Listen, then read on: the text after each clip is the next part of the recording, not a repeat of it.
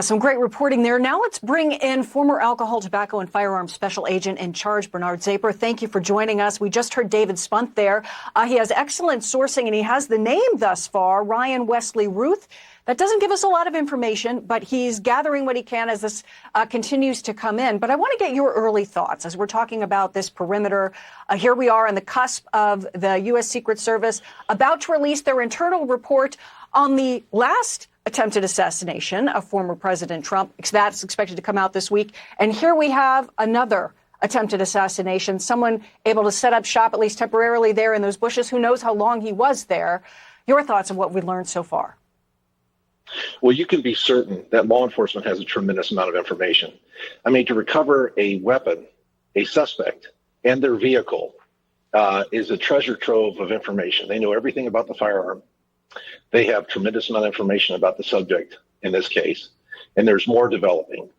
As to motive and intent, the motive is not incredibly of importance right now. It's to find out everything about this person's life, his rings of association, and of course, the immediate and overwhelming concern is to make sure there's not other actors.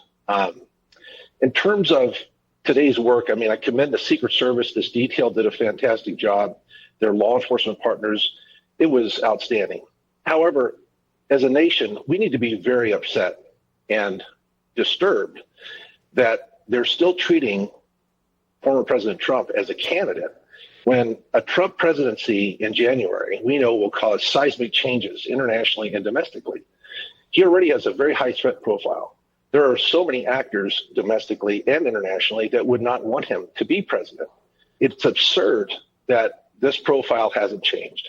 And it is unconscionable that anybody would be allowed to approach this as if he was not the current president. And it's disturbing. Yeah, and you mentioned the threat level. Sheriff Rick Bradshaw talked about how President Trump in that press conference just a few minutes ago there talked about how at this level he's not the sitting president. If he was, that they would have had these greater assets around the golf course.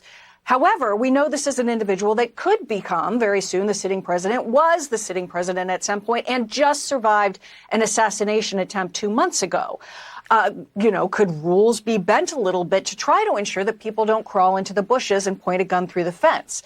I mean, is there a point where that additional assets, what would it take to get the additional assets that perhaps are being thought about right now? We have long passed that point. And any justification for this change not have been made in the last 2 months is beyond unreasonable. It's detrimental to our country. It's detrimental to our democratic republic. And it's completely 100% unacceptable. There is enough national security and criminal intelligence information that shows his threat level. And then one only has to look at the impact of a change in administration, of what it's going to have, and the unfavorable to certain groups and nation states that are acting against us right now. So to not change it, that doesn't require any additional justification. The justification was codified 2 months ago. And for this to happen again is just absurd. And all of us as citizens, we need to be upset. You know, I only have a couple of seconds left with you, but there was a GoPro found in the bushes there. The first assassination attempt, the former president was on live television. What does that GoPro say to you? It says self-aggrandizement, and that somebody was going to canonize themselves in whatever their devious plan was here. It's something of obviously significant concern, and none of this is by any means something we should take lightly. And I think there'll be much revealed in the coming days, but it's just another level of concern to this act, certainly.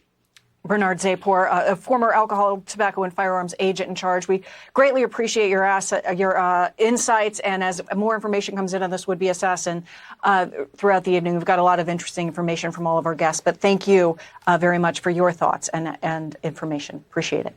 Good evening. You know, Molly, just astounding. You're right. A second time in 2 months, Ryan Wesley Ruth.